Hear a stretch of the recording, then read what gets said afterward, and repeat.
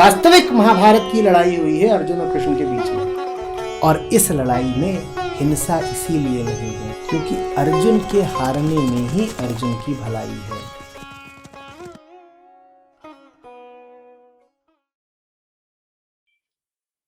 प्रणाम आचार्य जी, मेरा नाम प्रियंका है। मेरा सवाल ये है कि हम अपने अंदर की करुणा को क्रोध में कैसे बदलें? हमें क्रोध आ रहा होता है और वो क्रोध हम व्यक्त नहीं कर पाते, उसकी जगह करुणा ही निकल के वापस आती है और इस करुणा की वजह से वो जो क्रोध है वो अंदर हमारे रह जाता है, वो हमें डैमेज करता है। तो ऐसा क्यों होता है?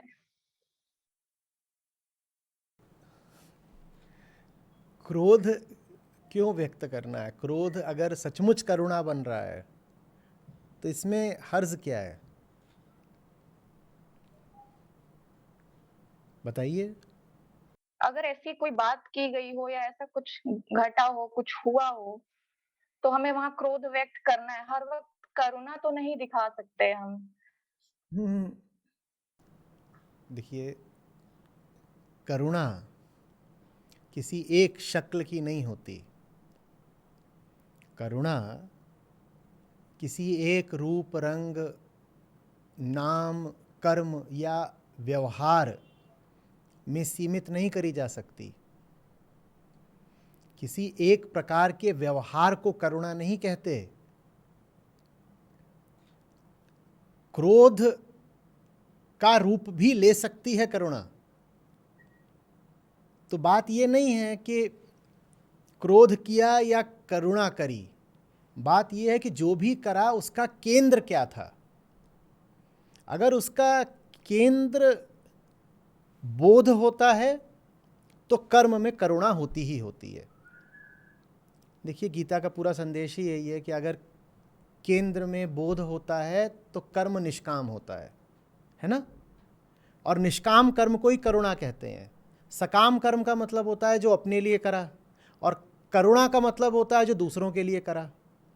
तो निष्काम कर्म ही तो करुणा है ना। निष्काम कर्म ही कंपैशन है, करुणा है।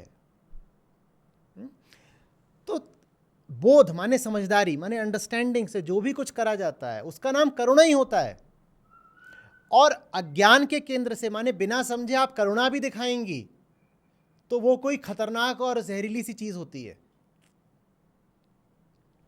अभी नहीं समझ में आ रहा होगा, अभी धीरज रखिए, समझा रहा हूं। हम सोचते हैं कि करुणा का मतलब होता है कि मीठा वचन बोल देना या प्यार से सहला देना, ऐसी हमारी छवि बन गई है ना। और क्रोध का मतलब समझते हैं कि लाल लाल आंखें करके किसी को डरा देना, चिल्ला देना या झापड़ मार देना। हम सोचते हैं ये क्रोध है।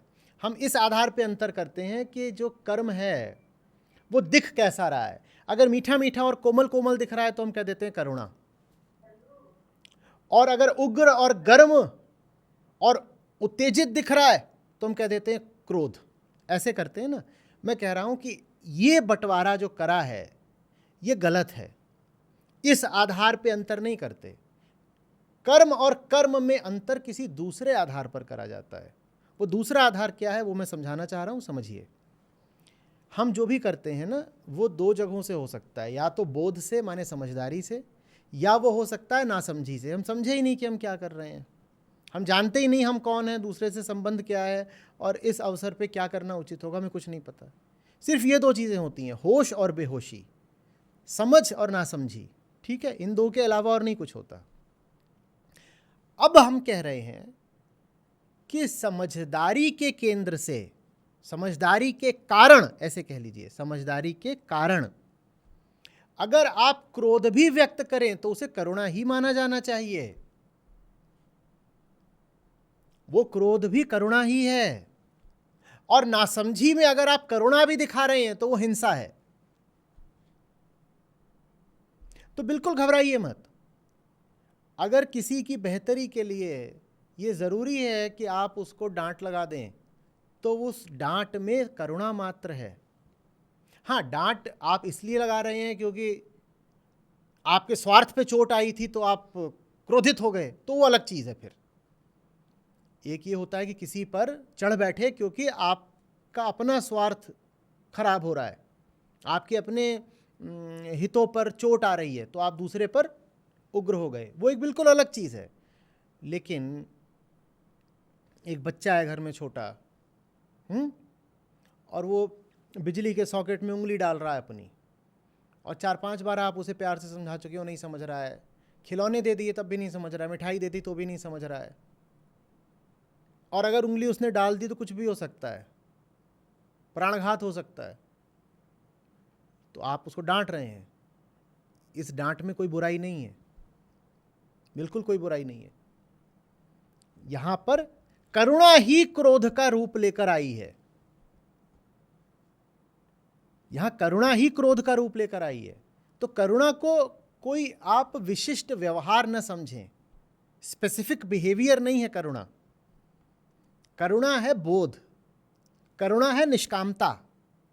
मैं तुमको अगर डांट भी रहा हूं तो अपने लिए नहीं डांट रहा हूं, निष्काम भाव से डांट रहा हूं, तुम्हारे लिए डांट रहा हूं। मैं अगर तुमको डांट रहा हूं तो इसलिए नहीं कि तुम्हें डांट के मुझे कुछ मिल जाएगा, मैं तुम्हें इसलिए डांट रहा हूं ताकि तुम्हारी भलाई हो पाए। ये करुणा ही है, ये करुणा ही है। दूसरी ओर आपको समाज में 99% ऐसे लोग मिलेंगे जो बहुत मीठी मीठी बात बोलते हैं, लेकिन उन मीठी बातों के पीछे उनका अपना स्वार्थ होता है। वो आके आपसे कोई बहुत बहलाने फुसलाने सहलाने वाली बात बोल देंगे, आपको लगेगा ये तो बड़े दयालु हैं, क्या मीठी बात बोलते हैं, करुणा का सागर लहरा रहा है इनमें। लेकिन उस बात के पीछे अक्सर मात्र उनका स्वार्थ होता है। हाँ, तो वो करुणा जहरीली है। वो करुणा क्योंकि सिर्फ व्यवहार मात्र की है। हमें व्यवहार की करुणा नहीं रखनी है, हमको हृदय की करुणा रखनी है। लेकिन व्यवहार की करुणा लिखने वाले लोग ज़्यादा होते हैं, क्योंकि व्यवहार ऊपर ऊपर आसानी से दिख जाता है दूसरों को भी। तो आप जब व्यवहार की करुणा रखते हो तो उससे आपको दूसरों से प्रशंसा मिल जाती है ना। मीठी मीठी बात करो तो जिससे मीठी बात करोगे वो प्रसन्न हो जाता है ना, ऐसा होता है ना। तो कहेगा ये देखो ये कितने अच्छे आदमी हैं, इनका तो नाम ही है श्रीमान करुण, या ये देवी जी का नाम ही है श्रीमान करुणा। ये जिसके पास जाती हैं उसी के सर पे हाथ फेरती हैं, कहती हैं अरे अरे मेरा बच्चा, बता तुझे क्या तकलीफ है मेरे बच्चे। ये सब वही होता है, मुंह में राम बगल में छुरी। ऐसी करुणा न सिर्फ निरर्थक होती है बल्कि विषैली होती है। करुणा कोई ऊपरी बात नहीं है, करुणा व्यवहार भर की बात नहीं है, करुणा केंद्र की हृदय की बात है। और हृदय में करुणा जब होती है तो अक्सर उस करुणा की अभिव्यक्ति आक्रोश के रूप में होती है। हृदय में जब करुणा होती है ना तो उस करुणा के कारण ही मन में आक्रोश उठता है। आक्रोश इसलिए नहीं होता कि अरे मुझे जीवन में कुछ मिला क्यों नहीं, वो आक्रोश इसलिए होता है कि दुनिया इतनी खराब क्यों है, लोग इतने दुखी क्यों हैं, हर तरफ आग क्यों लगी हुई है, सब कुछ जल क्यों रहा है। इंसान ये बेचारे पशुओं की और पक्षियों की इतनी दुर्दशा क्यों है। फिर भीतर आक्रोश उठता है। उस आक्रोश को बहुत लोग समझ सकते हैं कि क्रोध मात्र है, उग्रता मात्र है, उत्तेजना मात्र है। नहीं, वो करुणा होती है। बल्कि प्रश्न उनसे पूछा जाना चाहिए जिनमें वो आक्रोश नहीं उठता, जो हर समय मुस्कुराते रहते हैं। उनसे पूछो हर तरफ आग लगी हुई है, तुम मुस्कुरा कैसे रहे हो? तुम कितने पत्थर दिल आदमी हो कि पूरी दुनिया जल रही है और तुम हर समय मुस्कुराते नजर आते हो। तुम आदमी कैसे हो? और ऐसा भी नहीं कि तुम्हारी मुस्कुराहट से दुनिया का कोई भला हो रहा है। हाँ, तुम्हारी मुस्कुराहट से तुम्हें जरूर प्रशंसा और सम्मान मिल जाता है, बस इसलिए मुस्कुराते हो तुम। लेकिन हमें उल्टे पुल्टे संस्कार दे दिए जाते हैं। हमें बता दिया जाता है कि जो लोग मुस्कुराते हों और मीठी बातें बोलते हों वो अच्छे लोग होते हैं।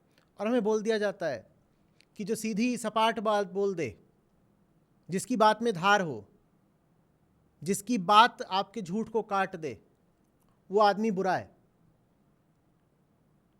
ये बात नहीं है। तो आप क्रोध के लिए अपने आप को स्वतंत्र मानिए।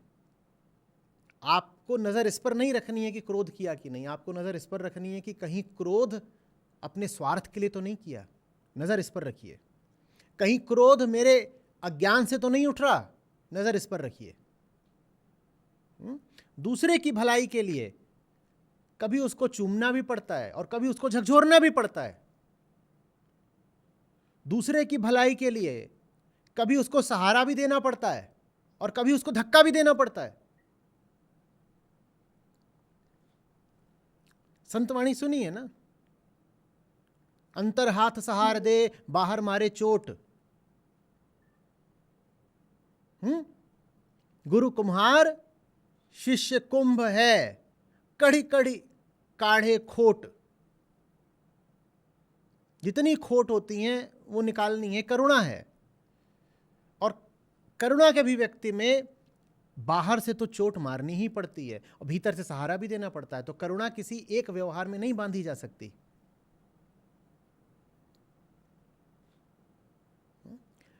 अच्छी बच्ची का आदर्श अब हटा दीजिए, वो आदर्श छोटी बच्चियों को हम दे देते हैं,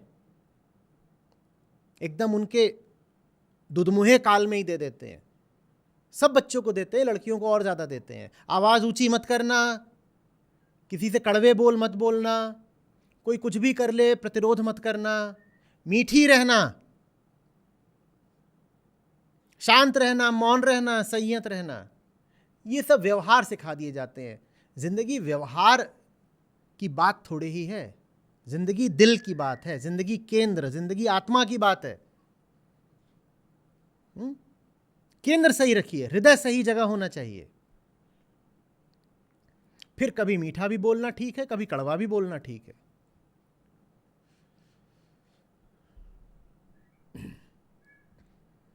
कड़वे की उपयोगिता है तो कड़वा बोल देंगे, मीठे की उपयोगिता है तो मीठा बोल देंगे। शब्द की उपयोगिता है तो बोल देंगे और मौन की उपयोगिता है तो चुप रह लेंगे। पर जो भी करेंगे अपने लिए नहीं करेंगे, वही निष्कामता है, वही करुणा है।